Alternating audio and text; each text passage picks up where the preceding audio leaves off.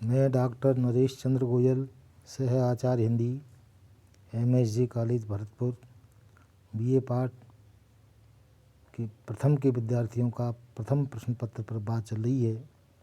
भाग 5 कबीर के पदों की व्याख्या के अंतर्गत साखियाँ देखिए आप।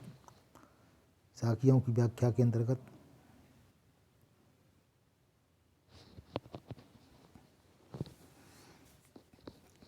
तू तू करता तू भया, मुझ में रही न हूँ, बारी फेरी बल गई, जित देखो तित तू। सब जगह ब्रह्म की उपासना का वर्णन है यहाँ पर, और इस दृष्टिकोण से तू तू करता सर्वस्त्र तू ही है। राम का स्मरण करते हुए, हूँ गर्व को कहते हैं, अहंकार को कहते हैं। बारी फेरी कई बार, बारी फेरी कई बार, तू कहता है ब्रह्म के लिए आया है, परमात्मा के लिए आया है। संत कबीर कहते हैं कि राम का स्मरण करते हुए यह सर्वत्र तू ही है, तू ही है, इस प्रकार का स्मरण करते करते मेरा समस्त अहंकार नष्ट हो गया है। अब मैं जिधर भी देखता हूँ उधर ही तू ही ब्रह्मा की अर्थात ब्रह्म ही ब्रह्म दिखाई देता है। इसलिए मैं इसके ऊपर अनेक बार नौछावर होता जाता हूँ। कबीरदास जी ने इसमें अहंकार और ईश्वर प्राप्ति के विरोध में बात कही है, और ये अहम भाव ही जब आदमी में लोप हो जाता है, ख़त्म हो जाता है, तो उसे ब्रह्मा सर्वत्र ब्रह्म ही ब्रह्म की सत्ता का साक्षात्कार होता है। कबीरदास जी कह रहे हैं तू तू करता तू भया, तू सर्वस्त्र है, इस बात को तू कहता हुआ मैंने सब ब्रह्म को सब जगह जाना है। मुझ में रही न हूँ, मुझ में इस बात का कोई भी अहंकार गर्व घमंड नहीं रहा। सर्वत्र तेरी सत्ता ही मुझे प्राप्ति हुई है।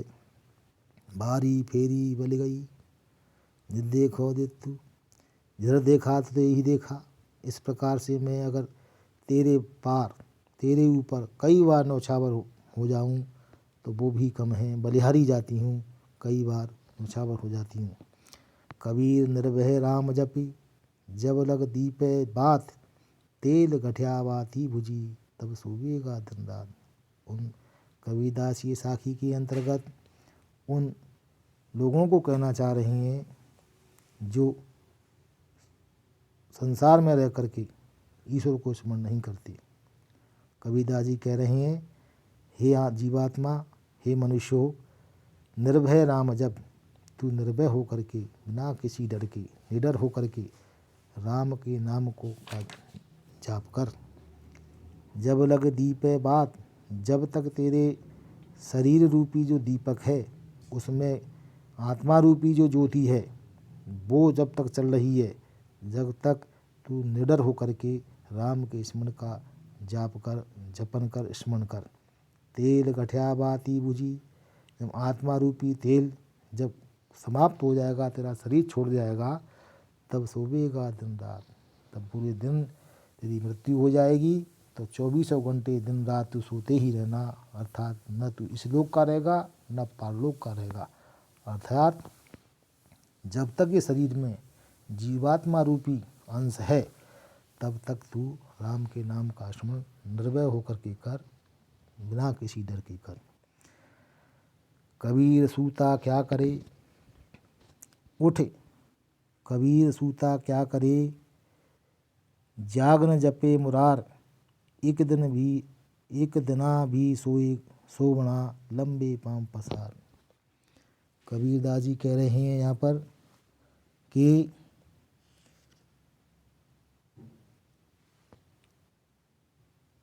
कबीर सूता क्या करे, हे जीवात्मा तू सोता ही रहता है, संस्कार के अंधकार में अंधेरे में ही रहता है, उससे क्या होता है, कुछ नहीं होता है।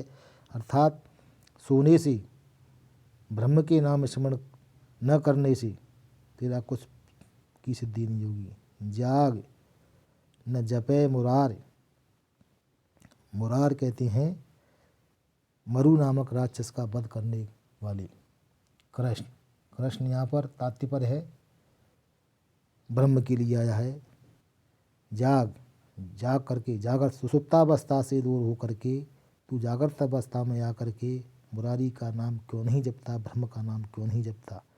एक दिना भी शोभना, एक दिन भी अगर इस जीवन की रेखा में से एक दिना भी तू सोता हुआ रह गया, तब एक दिना ऐसा आएगा तू लंबे पाँव पसार, लंबे पैरों को कर करके तू सोता ही रह जाएगा। अर्थात तेरे पास अवसर है इस बात का कि अब ब्रह्म के नाम का स्मरण कर, और ब्रह्म के नाम को स्मरण करके ही तेरी जागृत अवस्था प्राप्त होगी और मोक्ष की प्राप्ति होगी। कबीर सूता क्या करे, काहे न देखे जाग, जाका संग में ते बिछुड़िया, ताई के संग लाग। या कबीरदास जी कह रहे हैं वही स्थिति है जागृत सुसुप्तावस्था से जागृत अवस्था की स्थितियाँ है। या प्रस्तुत साखी में कबीर कह रहे हैं कि जीवात्मा जीवन भर मोह निद्रा में सोया हुआ रहता है। ऐसे लोग सोए हुए लोग को संबोधित करते हुए कबीर कह रहे हैं, हे जीव तू इस मोह निद्रा में सोया हुआ क्या कर रहा है। अब तुझे जागृत अवस्था में आना चाहिए, अपने संगी साथियों को देखना चाहिए। जीवन एक लंबी यात्रा है, अतः इस यात्रा में जिससे तुम्हारा साथ छूट गया है उसी के साथ अब क्यों नहीं लग जाता। इस लंबी अनेक योनियों को जीवन यात्रा में अज्ञानवश भगवान से जीव का साथ छूटने सा प्रतीत होता है।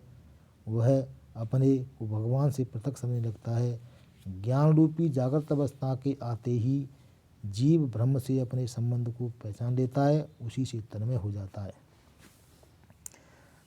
कह रहे हैं यहाँ पर, काहे न देखे जाग, जागृत अवस्था में क्यों नहीं देखता।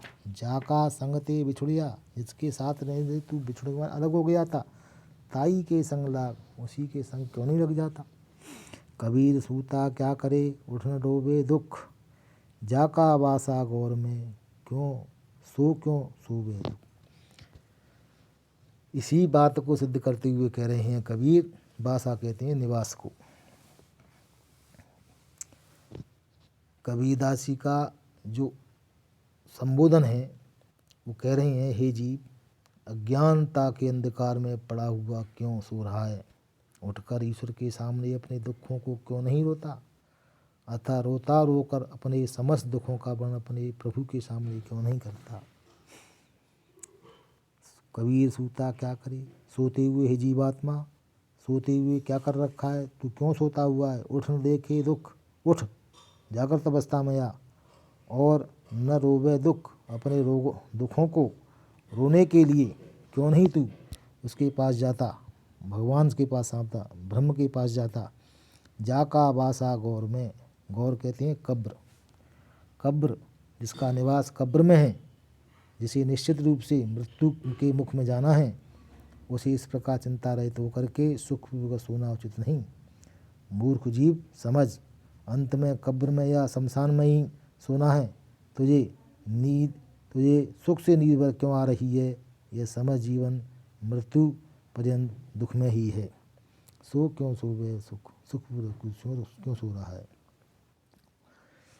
अगले पद में कबीर कह रहे हैं, कबीर सूता क्या करे, गुण गोविंद के गाय, तेरे सिर पर जम खड़ा, खर्च करे न जा का खाए। कबीरदास ही वही चीज़ को स्पष्ट कर रहे हैं यहाँ पर स्मरण की स्थिति को, और सुसुप्तावस्था से ज्ञानावस्था जागृत अवस्था में लाने की जीवात्मा को कह रहे हैं। कबीरदास ही कह रहे हैं, सूता क्या करे, ये सोते हुए जो तो ये जीवन खत्म हो रहा है वो तू क्या कर रहा है। गुण गोविंद के गाय, गोविंद यहाँ पर कृष्ण के लिए नहीं आया है, परम ब्रह्म के लिए आया है। परम ब्रह्म के गुणों को क्यों नहीं बखान करता, उसके नाम के स्मरण को क्यों नहीं गाता। तेरे सिर पर जम खड़ा, तेरी जो जागृत अवस्था सुसुप्तावस्था है, इसके कारण तू साथ तेरे सिर पर साथ साथ यमराज खड़ा हुआ है, मृत्यु खड़ी हुई है, काल खड़ा हुआ है, खर्च कदे का खाए, और वो कब से तुझे खर्च का धीरे धीरे खर्च करके खा रहा है, यानी तुझे पता ही नहीं है कि वो तुझे धीरे धीरे समाप्त कर रहा है। जब समाप्त हो जाता है तब आदमी को, जब पूरी चीज़ें नष्ट हो जाती हैं तब अंत में पता लगता है कि मैंने क्या से क्या कर दिया। इसलिए कबीर जीवात्मा को संबोधित करते हुए कह रहा है कि समय पर जागृत होकर के तू गोविंद के गुण गा, ब्रह्म के गुण गा, साक्षात काल को होकर तुझे भगाना है।